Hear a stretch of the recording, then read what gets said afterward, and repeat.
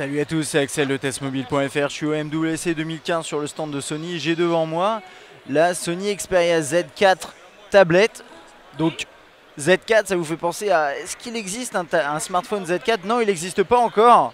On l'attend encore, mais par contre la tablette existe, la Z4 tablette. Alors, il n'existe pas non plus de Z3 tablette. Alors si, oui, il y a une Z3 tablette compacte. Celle-ci, en fait, c'est plus la tablette qui succède à la Z2 tablette, dans ce sens-là, en étant plus fine, avec 6,1 mm d'épaisseur, avec des bordures également plus fines. On a un écran 2K Triluminos X-Reality.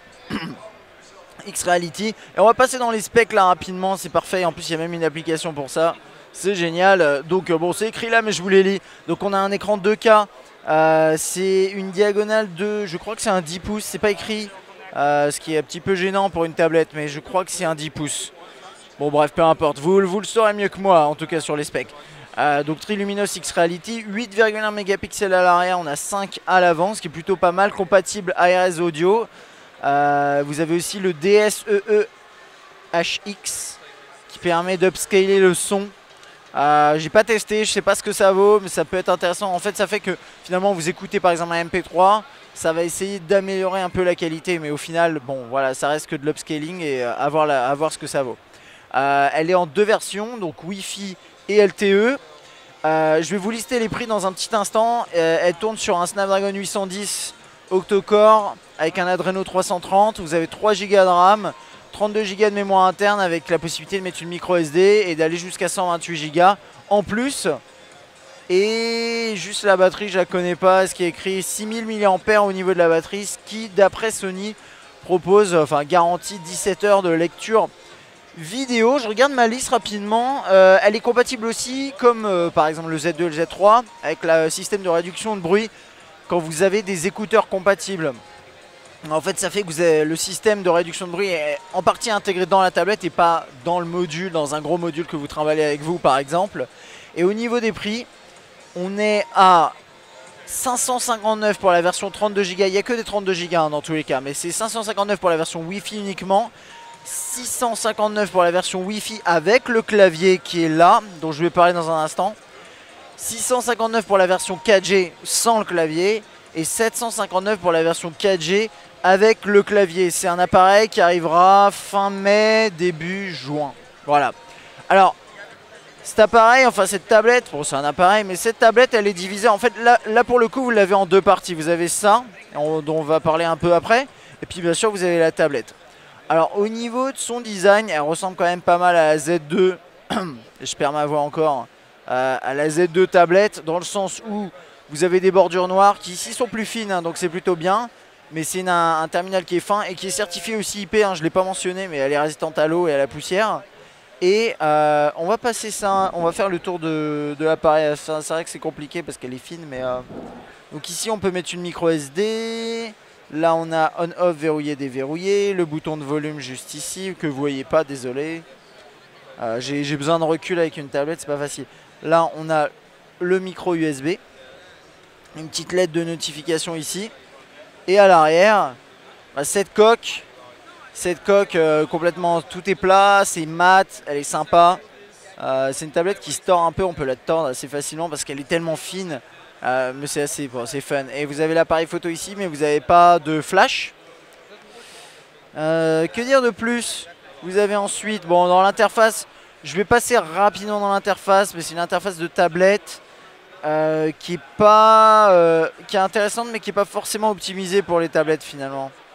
Et c'est ça qui me déçoit généralement sur ces tablettes, c'est que oui, elles sont sympas. Mais parfois vous avez des interfaces qui sont pas trop pensées tablettes. Là ça allait, on va voir pour le reste. Ici c'est pas mal également, on peut prendre des photos apparemment, on va regarder ça dans un instant. Par exemple pour tout ce qui est email ou calendrier, on va voir calendrier ce que ça vaut. C'est un bon exemple, oh, quoique là c'est pas mal. Sélectionnez votre jour, vous avez à gauche la semaine avec la vue mois ici. Et bien sûr bah, l'approche Lollipop, hein, elle tourne sous Lollipop. Là c'est le modèle LTE, donc vous pouvez passer des appels. Là on peut prendre une photo avec la caméra frontale si on a envie. Et aujourd'hui j'ai pas envie. Là vous avez différents modes, vous pouvez en rajouter. C'est des modes, c'est des apps entre guillemets que vous pouvez télécharger éventuellement. Qu'est-ce qu'il y a ici? Des trucs de réalité augmentée, etc. Bon voilà, multicaméra.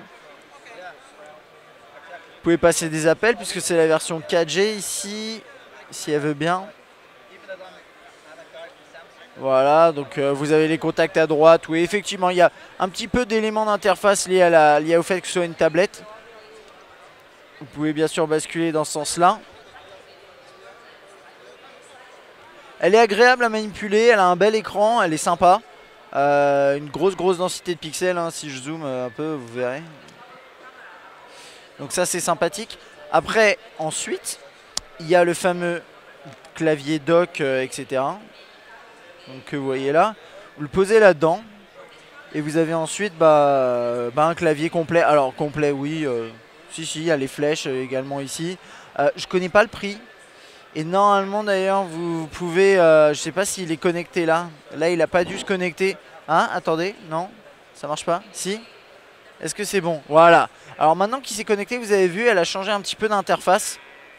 Alors normalement le pad fonctionne. Là il fonctionne pas. Vous voyez la souris qui bouge pas. Ça je sais pas pourquoi, mais c'est pas forcément extrêmement grave, mais je l'ai vu en fonctionnement et c'est très réactif. Et attention, ça fonctionne en Bluetooth, hein. Il n'y a pas de connexion avec un dock ou quoi. Et une fois qu'elle est connectée, vous avez vu là, elle s'est déconnectée, c'est pas grave, vous avez vu une petite interface en bas avec un dock, un petit dock de vos dernières applications, les applications lancées, ce genre de choses. Ça permet en fait de simuler un peu comme si c'était un laptop quoi. Donc là vous l'avez vu brièvement tout à l'heure. Et puis après vous pouvez bien sûr fermez l'ensemble. Il y a les câbles qui me gênent, mais vous fermez l'ensemble et vous vous promenez avec ça. Et c'est plutôt pratique quoi, pour faire certaines choses. Alors, vous pouvez pas tout faire avec, attention. Ça reste une tablette sous Android. Une tablette sous Android, ça peut être assez limité par rapport à une tablette peut-être sous Windows, enfin à voir. Mais en tout cas, vous avez beaucoup d'éléments et puis vous avez ce clavier éventuellement proposé. Si vous avez les moyens de vous le procurer. Voilà, donc j'imagine bien en version 4G avec le clavier, vous pouvez être en mobilité, travailler sur des fichiers, rédiger des mails, des documents, tout ça peut être sympathique. Voilà, on va juste regarder par exemple voilà, cette application à quoi elle ressemble. On avait déjà un peu regardé, mais ça ressemble à ce genre de choses. Voilà, si vous avez des questions sur cette tablette, bien sûr n'hésitez pas, et puis moi je vous dis à bientôt.